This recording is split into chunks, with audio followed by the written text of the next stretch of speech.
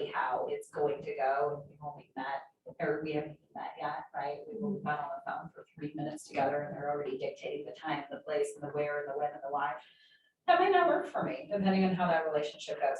But really, it's going to be,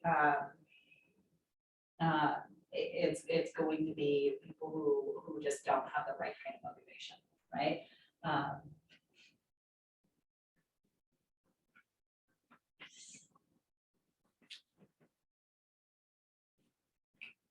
And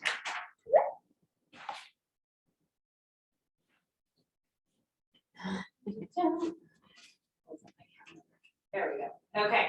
Well, on my next page, on page 52, it shows potential customers to avoid. And it shows sellers who are fixated on commission, not value. I had Ricky and I were talking about a potential seller. And we got a text this morning, it was like, should I need your services, I'll reach out. And I'm like, my husband was like, what are you doing? Like, you could do it for less, you could do it like. First of all, I obviously need to have a conversation with my husband about my value. Yeah. Which is a whole nother thing. And I was like, no, because he has nitpicked every single thing. And I finally said, no, this is what I'm worth. And was really stern. And is like, and because I'm pulling somebody else in, you get 2 of us. That's what I charge. And you get both of us. And I was fine with that text message. Because he's gonna be a pain in the ass the entire time. And you can sense it, you know, when it starts to get there. And I've had this conversation before, right? There are reasons why you may discount your commission. And if you're going to, it should be a strategic move. It should not be something that you're bullied into. Yeah. Because if you're bullied into it, you're also going to be bullied into working way harder than what you're earning. And doing things that don't sell homes. Yeah. Because this person doesn't trust you and doesn't value your service anyhow. Yeah. And yeah, you know, there are absolutely reasons why I might discount my commission. You know, there are absolutely reasons. But if I'm gonna do it, I'm gonna make more than I would have because I am going to milk that for everything it's worth. Yeah, right? exactly. Even if it goes back to the conversation, there's no right or wrong answer. Do you take an overpriced listing, right? Do you work with a seller who's unreasonable about what they want to get from their house? I don't know. Depends on what your strategy is. Yeah, because if you're gonna get a listing that you wouldn't have had because you're advertising that one, maybe. Yeah. But you need to do How it many quick. buyers am I gonna be able to get from that Yeah. listing, right? Yeah. How in the heck else am I gonna be able to market that listing for everything it's worth? Or will having my sign in that yard for 6 months damage my reputation in that neighborhood? Yeah. Will I lose other potential business by Because now you taking that have, overpriced listing, right? I mean, it really has to be a strategic choice, and I don't think it's a one size fits all. I don't think that every listing is equal and every agent should have a blanket statement for what they do in their business. I think it really depends. Yeah. Right? I've never had a listing in that neighborhood before. I don't intend to take much business in that neighborhood. I'm not farming that neighborhood. I'm not otherwise marketing to it. Yeah, I might take that overpriced listing. I might be totally fine with that sitting in there, and you know, I may become the neighborhood expert because I'm going to, you know, do everything I can to get all of the business possible off of that darn listing. But I think that's the same piece. Just because a seller is looking for a discount, I may or may not say no, right? I may take a discount listing if I can turn that into much more business. If I know it's going to sell fast and I want to break into that neighborhood, right? If I don't have to put much marketing dollars up front for it, then I may also, right? Am I going to take a discount like luxury listing and do all of the things for it? Probably not, right? I'm most definitely not going to. you know, not going to add any of my, you know, concierge style services. I'm not paying for a handyman. I'm not paying for stager time. I'm not doing any of those things. But if I can parlay that into a heck of a lot more business, okay. Right. You know,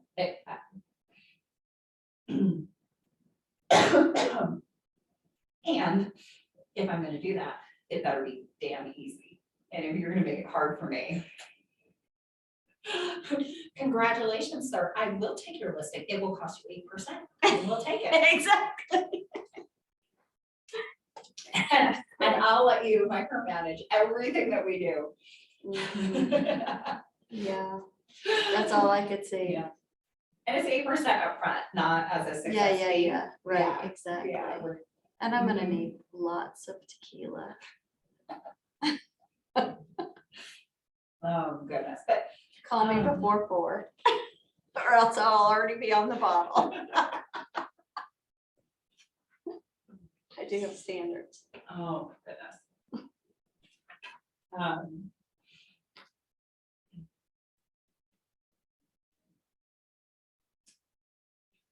What do you do? What do you do when you determine that that is a client that I no longer choose to work with, right? Or what if you identify them early on in the process? Do you continue marketing to them? Can you refer them to somebody who you think might be able to manage that personality style a little better? Or do you just let them go into the ether and sleep better that night knowing you don't have to work with them in the future? Actually, lining up a few Cs is not a bad idea. Hmm.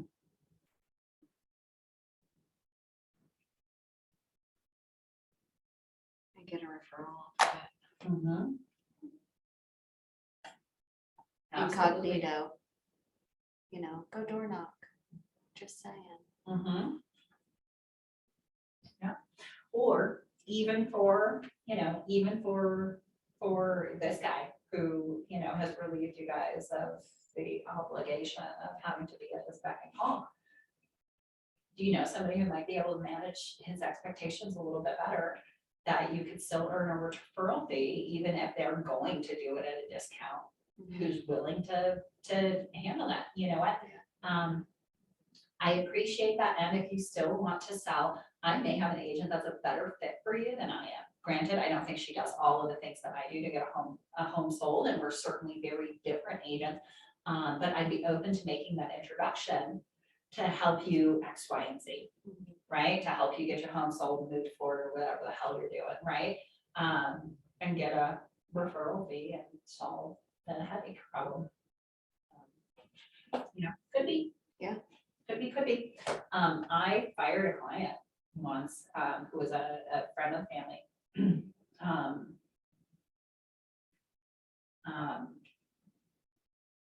And she was moving down to like Buena Vista.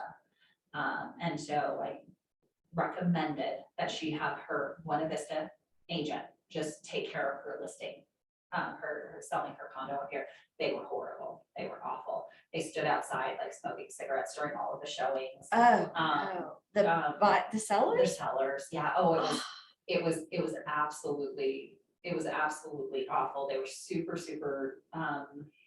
micromanaging, and also very unstable, like drug, alcohol stuff, right? Like it was awful. And these are, you know, this is my dad's best friend's kids, right? And so Yeah. they're, oh, no, that's gonna create horrible relationships, right? And so one day after not returning a call promptly, because I was at the grocery store, he was like cussing me out, and I was like, you know, I think that since you have such a good relationship with your Buena Vista listing or buyer's agent, you should probably have her listed up here. Get her connected with me. I'll make it as easy as possible. I got a referral fee from her.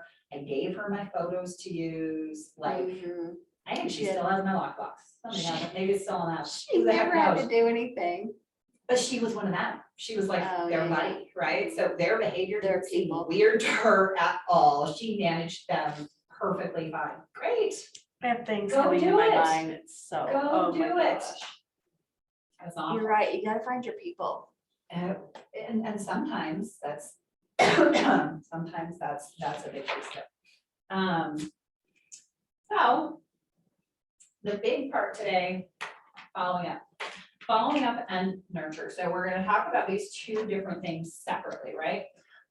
Your follow-up plans be what you use with Met prospects. These are people you know. They're either already coming out of your database and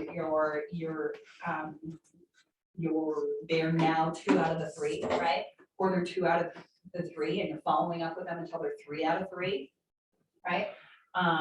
Or they're 2 out of 3 and you weren't able to yet convert them for an appointment, right?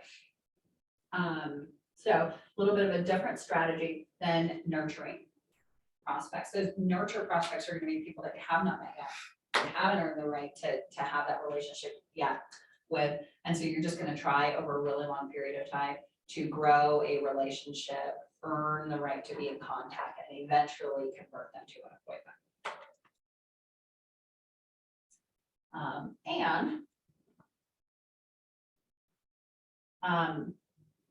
I pulled this off of the website for follow-up and close the deal. Or follow-up and close the sale, or whatever it is. I should have just grabbed it. The book. The book, from the book, from the book. Here's all of the things that you're going to get walked through in the book, right? Selecting a follow-up method. How does it work to communicate with them? What are some successful methods to be able to do that? Engaging them by adding value instead of annoying them by continuously, prompting them with the same thing. I'll give you a great example of this.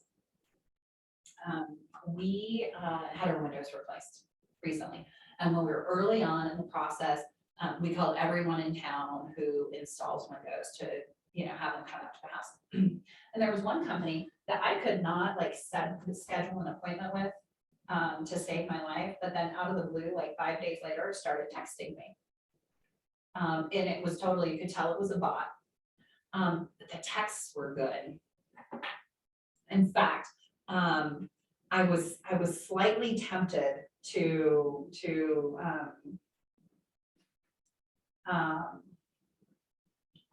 engage back with it, but instead I was like, let's see how long they'll do this for. Let me see if I can pull it thread, because they did give up eventually. And also it came to a point where it got obnoxious, and I think I may have sent them to spam. I'm not sure, but it was really intense. They never called me. They never emailed me. They never did any other sort of follow-up. It was You were just calling for them text. to come out, Yes, I asked them. to come out. asking for an appointment. Yes. And instead of them actually responding to me and setting an They appointment, put you on a text. eventually I got a text message list. Yes, so it wasn't. Sure. Oh my goodness. That's right up there with, hey, come sell my house, and I didn't go. Okay, you guys have to be super careful with those bots, because we were for a short time using Ylopo with, and they have a bot that will text automatically. Yes. And when I was going through and reading some of those, because they're supposed to flag you when it's something important, which they don't always do. While I was going through and reading some, one of the responses was, yes, I'm still interested, but I can't do anything right now because my dad just died, blah, blah, blah. And the response was, that's great. And I was like, oh my gosh. Oh, When I read through that, I was mortified. So please, please, please be careful with those bots. careful with bots. Yes. Oh, that's crazy. That's what makes me nervous about smart plans and the Twilio and all that kind of stuff, is you don't know what their response is gonna be. And if it's written well enough that they think it's a real person, and you say something like that, you don't even know where they are in the process necessarily. Yeah, it makes me nervous. Well, Gwen, sorry, Anna, sorry to interrupt it, but one thing that we've done to kind of avoid that is we do single touch smart plans. So just tag everybody super, super good. And then when you send out a smart plan, it is a one email or a one text message. And then you're forced to personally respond when they respond. And what if they don't respond? Do you have to keep adding them, or do they Yeah. link into the Yeah. next? Yeah, it's a lot more work. It's a pain in the Yeah. rear. And there have been enough times where I have felt that the responses may have not been appropriate, or maybe, like you said, they know it's a bot and then they'll never work with you, right? If they think that you totally didn't listen to them because the smart plan went out. And so I don't know. That's what we've done. I can't remember the name of the company, so I'm having a hard time finding it. It's not. Can you showing up search in window? my- Yeah, I did search window and it didn't show. It's too old or something.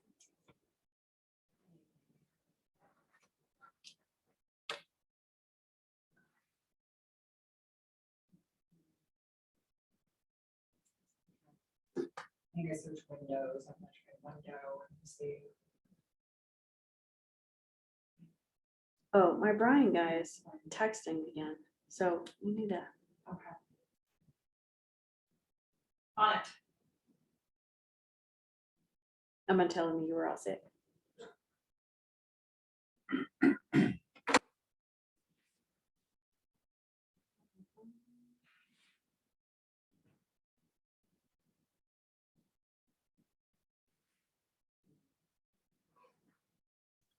Darn it. Darn it, darn it, darn it.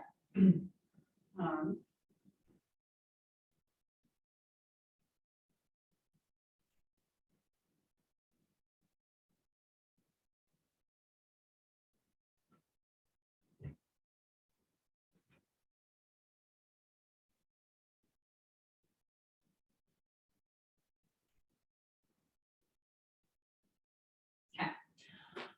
Dun, dun, dun.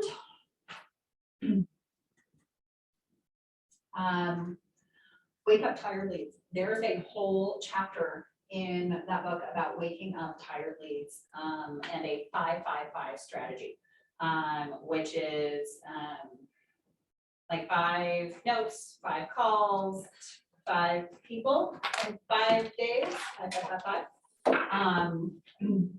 to re-engage people. Would probably also work as like a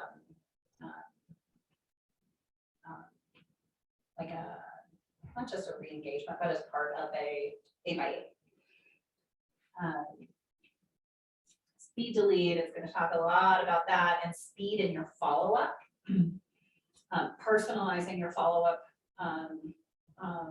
attempts, and then when to let go, when you can feel like you've done all that you can, and it's okay to let the automation take over. But following up with your Met prospects, speed. We talked a little bit about this Tuesday when we were looking at social media, right? It's not awkward anymore for you to find somebody on social media, right? If you have a real estate conversation with somebody and then you find them on social media, it's not awkward. And there's no need to have that high school dating timeline conversation in your head, right? Is it too soon? Should I wait a couple of days? What are they gonna think? It's gonna be weird. You're gonna feel like I'm stalking them. Nope, they're not. They're not gonna feel that way at all. This is normal, expected behavior. We have adapted to this. It is totally okay. It also is okay to follow up with prospects quickly as well. In fact, he makes the case for same day follow-up. So if you have talked to or met with somebody, there's a 4-hour rule. And so here's 4-hour rule. 4 hours. 4 hours. He literally says, if you had an appointment with somebody before 4 o'clock that day, you should follow up the same day. If it was after 4 o'clock, first thing the next morning. In fact, you can go so far as to set a 4-hour timer. Wow. And send that follow-up in 4 hours. And that's not follow-up, that's just a, hey, checking in, right? This is a value-added follow-up. So one of the techniques that he suggests to use is to end every appointment or phone call or every communication with a reason for you to follow up. right? Instead of answering all of their questions, leave one unanswered, right? Instead of solving all of their problems there on the phone, leave one problem unsolved, right? After you've met, create a reason inside of that meeting. If they haven't signed the contract, then create a reason for you to have to follow back up with them. And then literally plan your calendar in such a way where every time you set an appointment, you are also creating immediately or very soon thereafter a time slot to answer that question, to type up that email, to create that solution and send it out to them. So speed being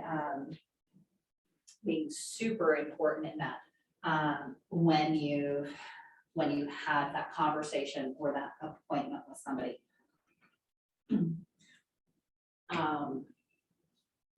One of my favorite ways to do speedy without being in immediate speedy is to schedule text messages. It's literally it has saved me so many times in my follow-up because life happens.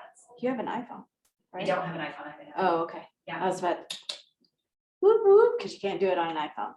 That's Oh, why I you was can't? like, mm, Oh, really? no, I don't think so. Hey, Charlotte, try to schedule a text to me. There's gotta be a way to be able to do it. Not that I think it, because You can't Angela, do it. see, You Angela found that out years ago and she's like, what the what? It's like, I see? got an iPhone and I Oh, returned it 2 weeks later because I couldn't Yes. do the scheduling text, which I live by. Yeah, And Yeah, It's I huge. even downloaded their scheduling app. It doesn't work. Like I tried it on multiple people and nobody got the messages. get Yeah, out of I here. returned it. That would 100% prevent me from switching to iPhone. Okay, well, you're definitely asking the wrong person because I'm not good at technology, so I don't know how to do that Well, anyway. you're just the only one that I know that has an iPhone that was. So, yeah. It's usually the opposite way around. It's usually all iPhone people. Okay, working so Android, right? those Geeksters that I was with last week, he has both. And I said, oh, it's interesting you have an Android because he works at the store. I thought he would have an iPhone, blah, blah, blah. Yeah. We're the redheaded stepchild. He just, oh no. All of his friends that are very tech savvy, Android. Oh. She can't do as much. They lock I it totally down. lock it down. Yeah.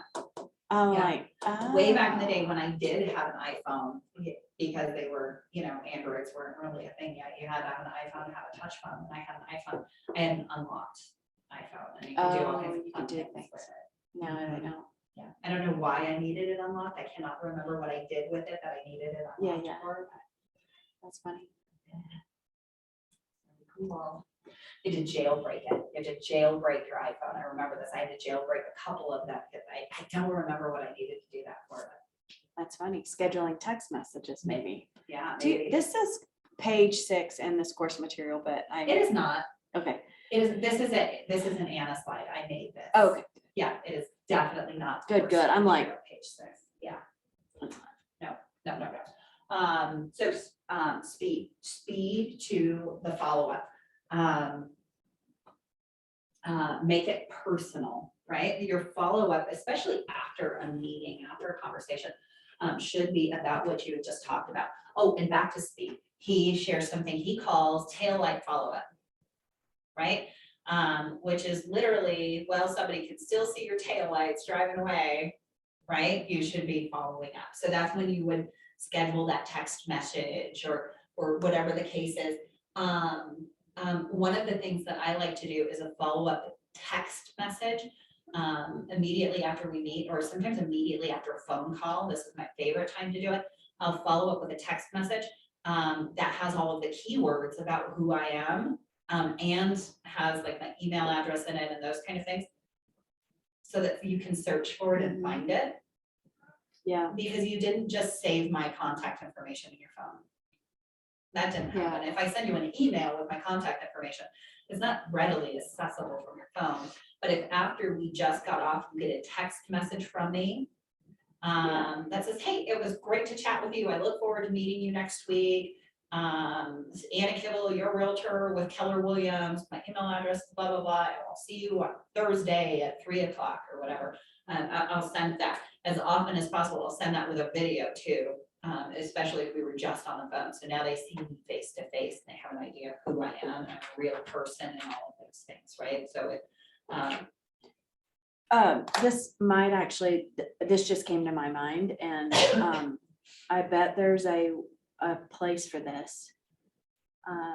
But we had somebody come out to look at our rain soft, and the company sent a text and showed me a picture of the person that was coming to my door. And that's not it. I just saw it a minute ago. I thought that's a clever thing. If you set, especially if you're setting an appointment, like you're With meeting at somebody else. Starbucks, oh, yeah. you don't know who each other are, Mhm. you know, and you can take a picture of yourself and say, I'm looking forward to seeing you. I'll see you at 2. And now you can see probably if it's 2 hours before, I'm wearing whatever I'm gonna wear. Yeah. And now you know who you're looking for. Now they can go, oh, here I am. Mhm. It's kind of a like a speed dating type Yeah. thing. I'm gonna find it. We had a handyman come over before Brian came over, Mhm. and they did the same thing. They texted a picture of who was coming and then like a mini bio of the person. Like in his Yeah. spare time, he likes to fish in this. He's married with 2 kids and blah, blah, blah, blah, blah. And has been in the industry for 14 years and and then with this picture. Yeah. It's cool. I could see it being Mhm. useful. I don't know why I can't find this guy's. You know, lots of people are using these digital business cards these days too. I'm right on the fence about digital business cards. I have a little bit of FOMO because I don't have one and I kind of want one, right? And it's like a QR code that, you know, so you scan your QR code and it shows up on your phone as a business card and then gives you the option to save it to your contacts. So I like that because I like the ease of it, the digital business card. You could even have like a custom URL made. My name is Anna Kibble. Go to meetannakibble.com. Okay, and then it's your digital business card and you know, push the button and it saves to your phone. All of that is awesome. It creates an easy button. But then they have to remember that it's you, that your name is Anna Kibble. Like you're not going to go through your contacts and search for it. Except on your business card, you could put something that's searchable. Maybe. And then, because all my contacts, if they put it in, Mhm. because all my contacts, I'll put, oh my gosh, you should see. When Google explains to me that somebody's sent me a text and it's like Pam Kearney, Hayden's mom, Evelyn's friend, Ascent, because it could be Evelyn's friend from Sage or whatever school we went to. It's got all those pieces, you know, like whose mom it is, Right. because Right. we're not texting a kid right now. Right. Well, you know, one of the things that comes up and where I've seen them the most is at like professional events, like conventions and stuff, at family reunion, lots of people have the digital business cards, right? And I think, okay, that's a great easy button because now I can save it to my phone. I can add like, you know, family reunion as the tag to that. But there's something almost magical about being able to handle their business card in those kind of networking events. Like I barely paid attention to, you know, I don't remember the person's name or where they're at or anything like that. So I don't know how likely it is that I'll use it again. I'm on the fence about it. You guys, anybody use them? Adrian, you have a digital business card? No, I don't. I thought about it, but what I have is on my contact information, it says Adrian Geyer, Colorado Realtor. And so when I text them, I don't know, when I share my information with them, that's how I've done it. But no, I've thought about it too. Mostly the same reason you have is because there's a little bit of FOMO. Yeah. And I just haven't, for whatever reason.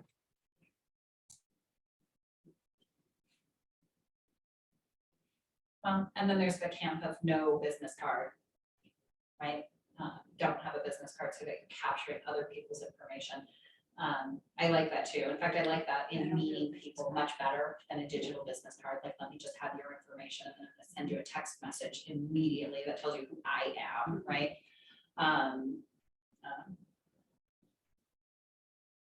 I like business cards, paper business cards, physical business cards to go inside of thank you notes. So I really like that.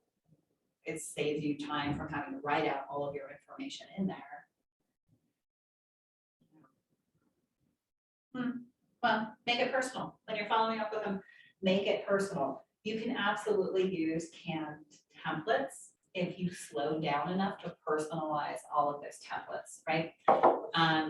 To give you an example, after you've met with me about joining our office, I have a few different canned templates emails that all start with, you know, it was great to meet you today. Thank you for letting me learn about what you want to do in your business. And there's a spot for me to add your name and to recap what you want to do in your business, right? So all of that is awesome, unless I'm in a real big hurry and I don't change the template and it goes out to somebody and it says name, right? That's awful. Don't do that. Don't be that guy, right? And make sure that you're personalizing it in some way, shape, or form if you're using something. If you're using a template, particularly for like that 8x8 level follow-up that I just met with somebody follow-up, right? How are you customizing that? And utilizing your CRM. That's a huge piece that he talks about in the book, right? Your CRM is the tool that makes follow-up magical. Without your CRM, follow-up is a chore. Follow-up is hard to do, and you will never be consistent and persistent with it. Never. So utilize your CRM, make sure the notes are going in there in a digestible format. And then you're building on it over time, because every time you follow up with them, you're going to be adding value back to them. And unless you're taking notes of what's valuable to them, how can you do that? A fun story that he shares is years and years ago, they were relocating and they were in the city that they were planning on relocating to, and they were just touring open houses to get a feel for the city. And they visited a lot of open houses and met a lot of realtors. Their daughter was with them, and somehow they got into the conversation of him and his wife had a disagreement about whether or not they should cut their daughter's hair. Okay, so you know, the following week they get a thank you note from one of the realtors, and after all of the appropriate things on the thank you note, she says, "Oh, P.S. by the way, don't cut Emily's hair," right? And he says that stands out, like 20 years later or whatever, he remembers that little tiny piece standing out, right? It's that human touch inside of the follow-up that can set you apart from the competition, especially when you're in an arena like at open houses, right? Or internet leads, right? The more you can get, they didn't just meet you, right? They met a lot of people that day. How can you stand out? And how can you bring the emotion back into it? Okay, a big piece of any buying decision is emotionally based. We know that, right? Logic makes you think, but emotion makes you act. And unless there's an emotional connection to it, we almost never take the action. But emotion is fleeting, right? We may consider the logic of making a move for weeks or months, but the emotional tie to making a move can come and go. It may be momentary, right? It might be something that is short and doesn't linger with us. And unless there's an emotional tie to it, we're no longer going to move, which is why halfway through the transaction, you know, almost everybody gets cold feet at some point, right? Because the emotion wanes and logic takes over, and logic's like, this is scary and this is not going to work, and how are we going to do it? So you've got to bring your people back to the emotion of it, right? So make it personal, and then execute it consistently and persistently. Use phone as your number one go-to for follow-up. Email can support your telephone activities by giving more details and plans for what happens next, right? It can also be where you're delivering the value you're telling them about on the phone. If you're calling somebody and saying something like, I know you've been looking for this particular house in this particular part of town, but a home actually just came on the market. It's not exactly in that part of town, but I think you'll love the house, right? Big value add. I want to be able to show it to you right away. I think it's going to be perfect for you. Now I'm going to email that house over. So the telephone and the email are going to work together, as opposed to trying to convey all of that in email, or as opposed to trying to give all of that data over the phone. It just doesn't work. So phone and email are going to work together. Your email is going to be best when it's supported with a phone call. Text message. We're going to agree to disagree. I find that I have a lot of success in text message follow-up. People are more apt to return a text message than they are to listen to my voicemail and return a phone call, right? So I don't use it as number one, but I use it as a pretty predominant source of follow-up, and I have some great success with it. In a business-to-business kind of relationship, text might not be the best for follow-up, but when you're working with the general public, I find that people are way more responsive to text than they are to anything else. I'll call sometimes, and if I get their voicemail, I might leave the because it's a longer something I'm needed to convey. And then I'll send a text saying, hey, I just sent you a voicemail. It's too long to text. Yeah. And because there's inflection also that you can hear in a voicemail. Yeah, I agree. And video. Use video whenever you can to supplement these pieces, especially if you can't get live with somebody.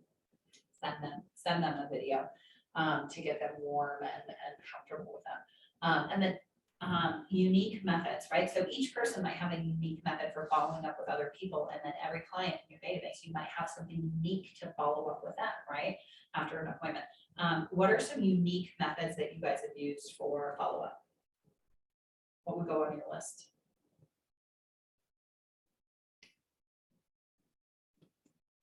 I've done the video after an open house when people are leaving. I mean, that's already there. So if you find them on a social, you can call or video from there as well. It doesn't leave a message. Well, I guess unless you hold that button, you could record something that would leave a message. Maybe that. If you know where they are, if you've got a open house, somebody dropped in, they live 3 houses down, and they start talking about something that like that tree, or we just had to cut down our tree because of the snow or whatever, and you can figure out where you could drop something by the porch. I think like a pop by is a really great, unique follow-up option. Whether it's a pop by with information, the same thing maybe with email, except for it's going to be received very differently if you actually drop it off to them, or with a product or small item of value or something like that, just to be able to say I was there, be able to get face to face with somebody. I like Popeyes a lot for that. You can send things. I cannot remember who it was. It was years ago. But we had an agent who was going to join us. They did join us. We had an agent who did join us. Some of they're a brand new agent, and they interviewed with a couple of other brokerages, and those brokerages sent them things. It was crazy. It wasn't crazy. Like Like a Peloton or something? No, like cookies. Oh, yeah. And it was like when Crumble first opened up or whatever, they sent her some Crumble cookies. Yeah. I think somebody sent her flowers. She's like, that was really weird. That's a She bit got with like the too mail broker, and they sent her flowers, right? Oh, yeah, that's weird. Yeah, it was like, that's really weird.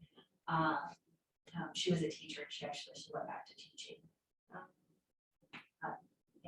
I could see Crumble being a thing. Mhm. I've sent like AM cards and sent like the cookie or now they have a cookie, but they have a brownie, Mhm. those kind of things. Yeah. A lender has been courting and sends the cutest little things.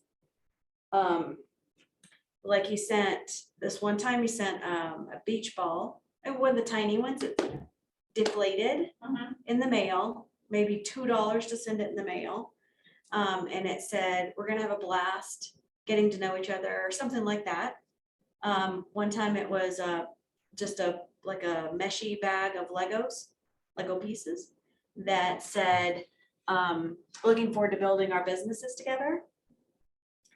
It's like pop by stuff Yeah, in little mail pieces. I'm That's like, cool. I love this. And I was really leaning that way. And then what's his face had to go join the same damn company. oh, So, mhm. Um, But those kind of things would be really cutesy. mhm, I mean, you could pop by or you could put them in the mail. mhm. As long as I they're know. spaced well so that you don't think they're showing up in 2 days like they used to, because now it's taken It's taking a long time.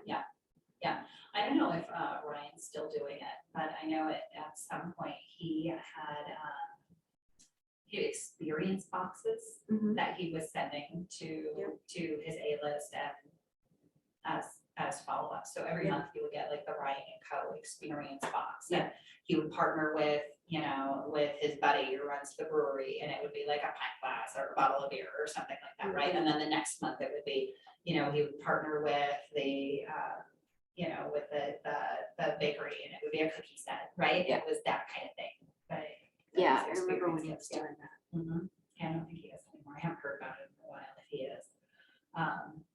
So that could be a really unique method of following up. Just in this day and age, so many things are so accessible, right? Like, let's take the don't cut Emily's hair, example that he shows, right? Inside of that conversation, could it have been, I think she needs to cut her hair because it's really hard for her to maintain, it keeps getting tangled, right? And you just happen to be at the salon and ask the hairstylist, like, hey, if there was a kid's hair that was getting tangled really badly, what would you use? And hairstylist, like, oh my gosh, you gotta get this, it's, Yeah. amazing. And you pick up a bottle and you send it over, Mhm. right? Like Yep, those that kind of stuff. things, Yeah. really unique follow-up pieces. Yep. The trick is you've got to plan for that, right? That becomes a task in your smart plan. Find a reason to send them something, right? Send them a box of something. And maybe you have generic beach balls, right, in your office that you can send when you don't have a personal reason to send something. But it becomes a part of your follow-up plan, right? Those touches that kind of take you out of their way. So following up, very different than nurturing that relationship, right? Nurturing a relationship, this is somebody who you've yet to have meaningful contact with, right? You are not at the scheduling appointment stage. You may or may not know that they're a real person. You might still be trying to establish contact with them. A nurture relationship can go on for years, right? And you want to automate with this as much as possible. It's not going to include phone calls very often, right? Those phone calls are probably going to be reserved for, semi-annual re-engagement events, right? A great re-engagement event for nurturing your clients might be a client appreciation event or something like that, like a Halloween party. Hey, we're having a trick or treat street. I wanted to invite everybody, and so I'm reaching out. Something like that, right? It's going to be, these are going to be few and far between touches that you can automate as much as possible. And if you've got their opt-in, go ahead and send recorded phone messages, right? In that automation. That would be an okay thing to do in this. Be delivering value adds. those value adds are going to be pieces that get them to actually engage with you, right? Inside of the nurture pipeline, it might be neighborhood nurtures, it might be MLS drips, or, website safe searches, or whatever, right? This might be your monthly newsletter, so long as it has real estate related value adds, right? Like your 7 tips to staging your home for the holidays, or whatever, right? But your touches should be predominantly value adds. Text messages should have a value add link, right? You are inside of the nurture or the follow-up, you are never, ever, ever reaching out just to follow up, right? I just wanted to check in. Those are not adding value to somebody. That is something that's really easily disregarded. So you're never, ever just checking in inside of that. Really great examples of unique nurtures, long-term nurtures. What's his name? Command Your Conversion guy, Nick Baldwin. He has a few different long-term nurture plans that you can get on Command. You can probably check those out on Command Your Conversion. But really simple text messages and emails that get answers and get responses, right? So that's what you want to think of on the long-term conversion. Or that long-term nurture. I wish I could find that guy.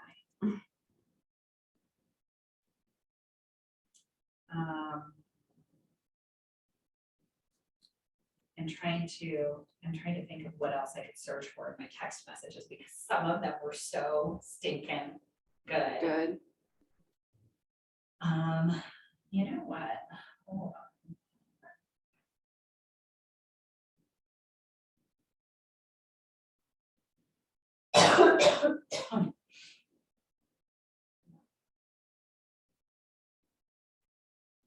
I think I sent them over to my olds. I go back where I copied him on screenshots of it. Honey.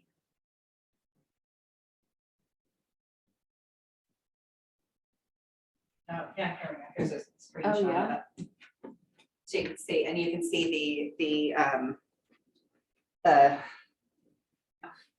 You do like. the prolific nature of these text messages. It was crazy.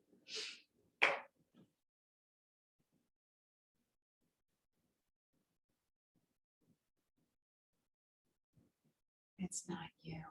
It's It's me. not even a sweet- Some of it was really good, where I'm like, okay, this is really, it's creative, it's crafty, it's kind of prompting me to respond. Also a little passive aggressive, right? Yeah, this one, don't worry, Anna, it's not you, it's me. I can sometimes come on too strong. Let me know if you have any questions. I'm always here to help. Anna?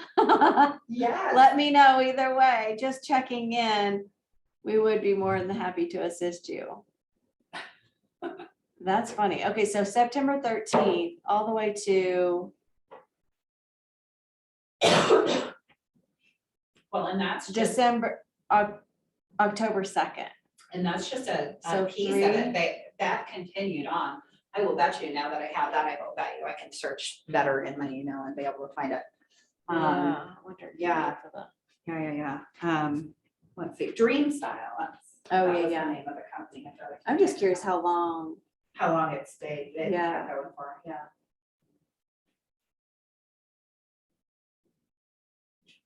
Here we go. Now it's from Dream Style. They stopped in November 8th. November, Yeah. September, mid-September to November 8th. So almost 60 days or so, right? Yeah. And not at regular-ish intervals. It looks like it was every 4 or 5 days.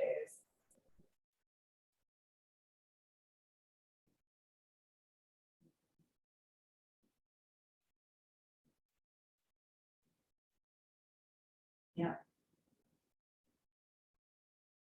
Here's one of the texts. Hey, Anna, I want to make sure I'm still providing value. Huh. Never, not in one of those text messages did you provide Was me there any any value. Oh, my goodness. Oh, very, very interesting stuff though. You know what's funny? If they would have continued through December, we actually hired our winter contractor, I think, in December. I might have actually given them a chance. Bummer.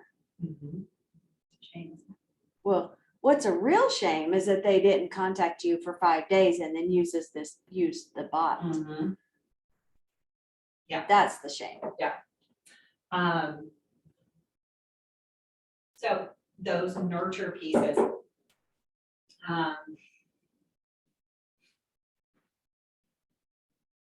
I don't believe that there's a time frame on this where I would stop the automated communications.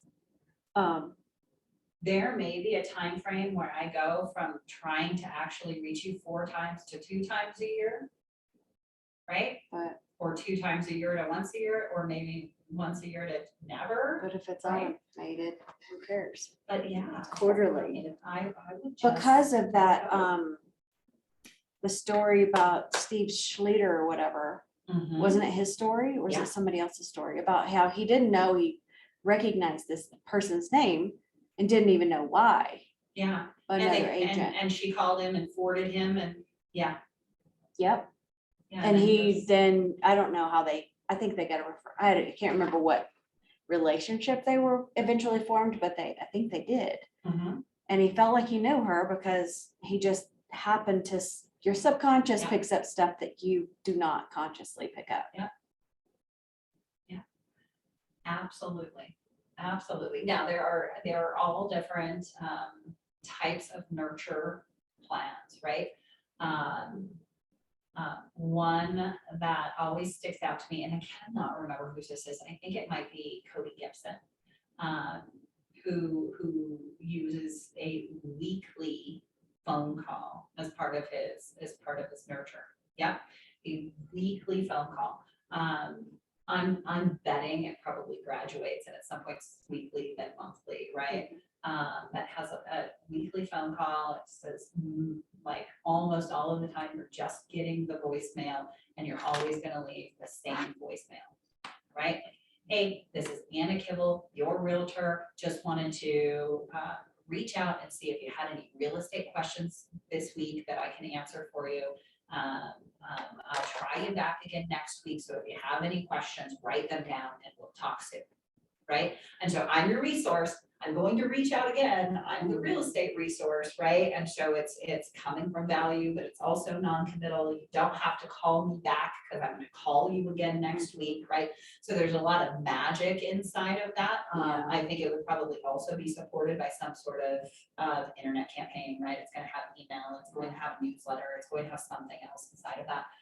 But that's probably a pretty good reconnection strategy with somebody too, reminding them who they are. It might be Cody Gibson. Some of my favorite, scripted communications come from him, like the magic text message.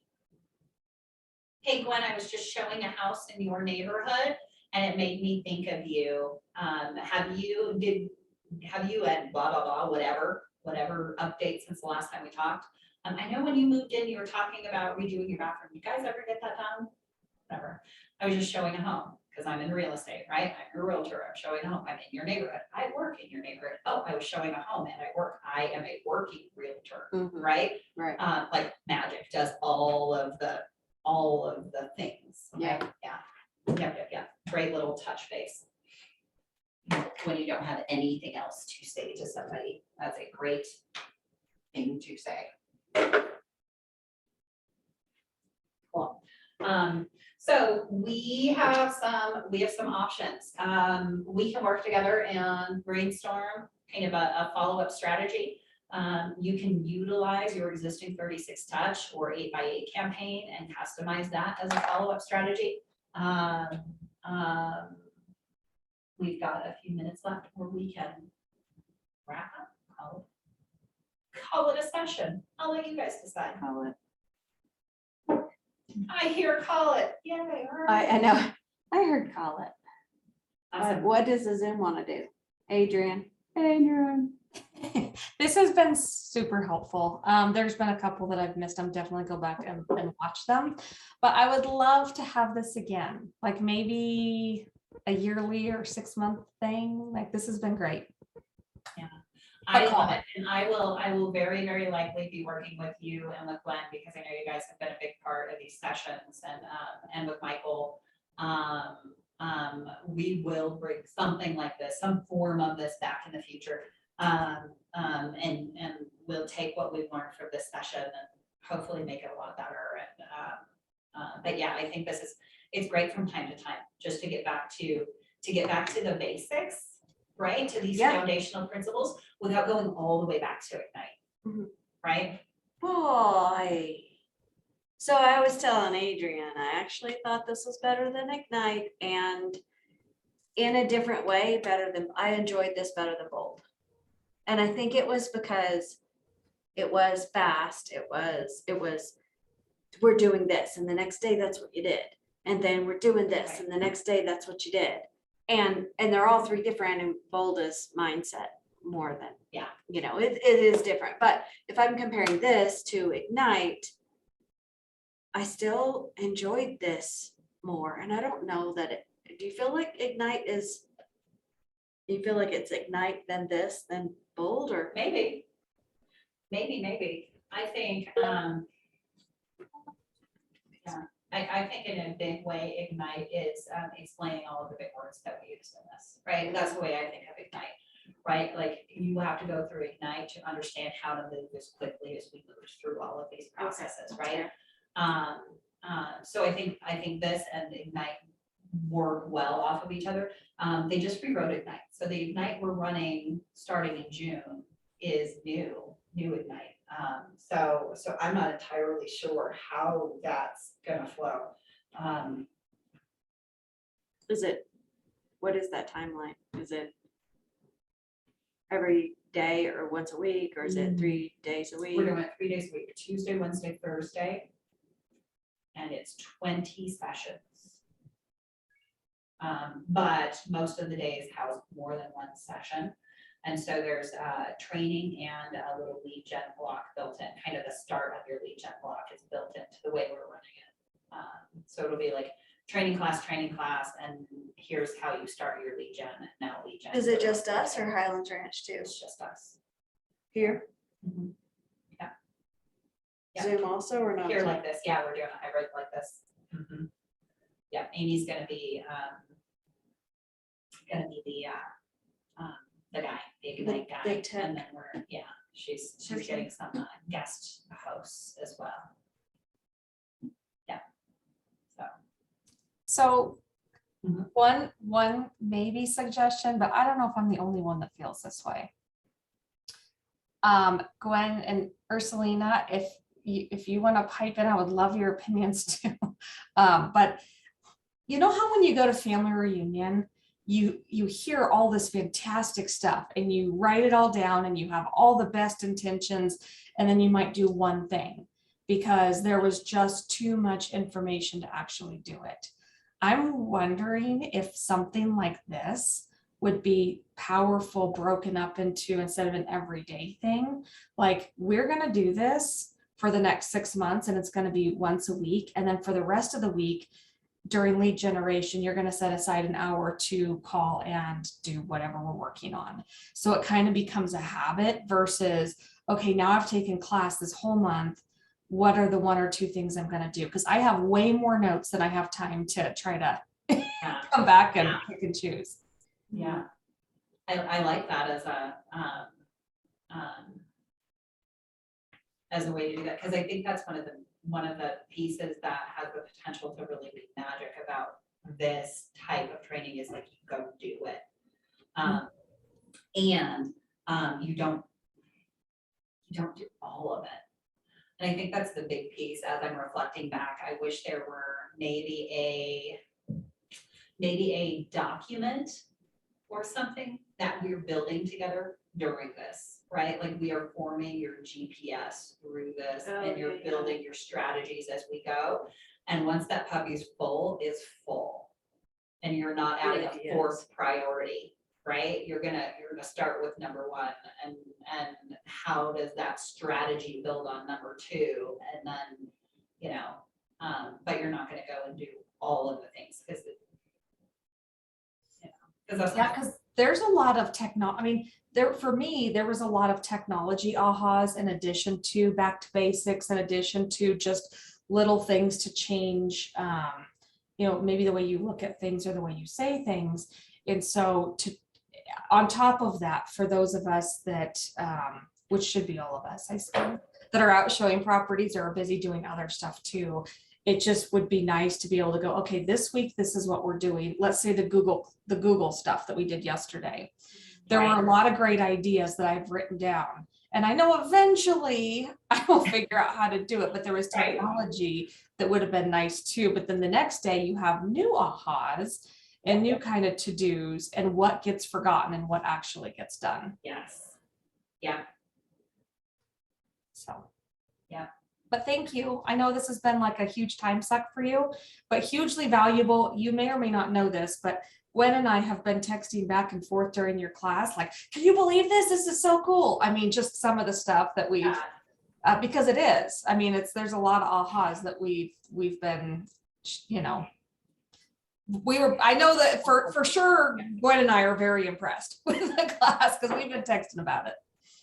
So. I love that. I love it, I love it, I love it. What we will definitely do before we host this again is I will probably get you guys to do a little video testimonial so that we can get some more butts in the chairs.